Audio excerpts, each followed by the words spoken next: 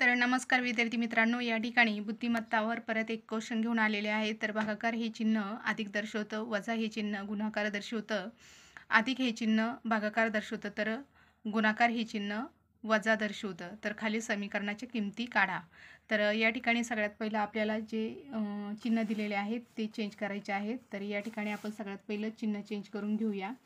तर या ठिकाणी आपल्याला जे भागाकार आहे ते अधिक दर्शवतं, तर या ठिकाणी अधिक लिहूया. त्यानंतर पुढे दिलेले आहे वजा हे चिन्ह गुणाकार दर्शवतं, तर बघा वजा हे चिन्ह गुणाकार दर्शवतं. त्यानंतर अधिक हे चिन्ह भागाकार दर्शवतं, तर गुणिले हे चिन्ह वजा दर्शवतं. खाली समीकरणाच्या किमती काढा. तर समीकरण आता आपल्याला या ठिकाणी समीकरण बदलायचं आहे.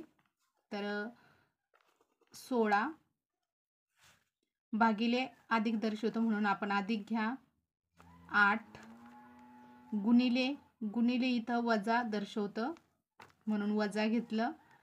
त्यानंतर गुणिले वजा 6 घ्या.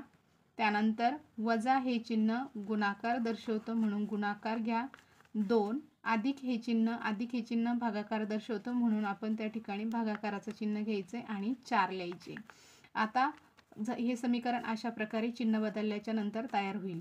त्यानंतर आता हे समीकरण आपल्याला सॉल्व करायचं आहे. तर घ्या 16 अधिक 8 वजा 6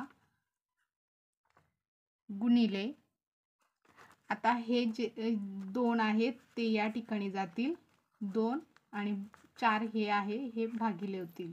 तर बघा या ठिकाणी 16 अधिक 8 वजा, आता भाग देऊन घेऊया, बे 1 बे, बे 2 4 आणि बेत्रिक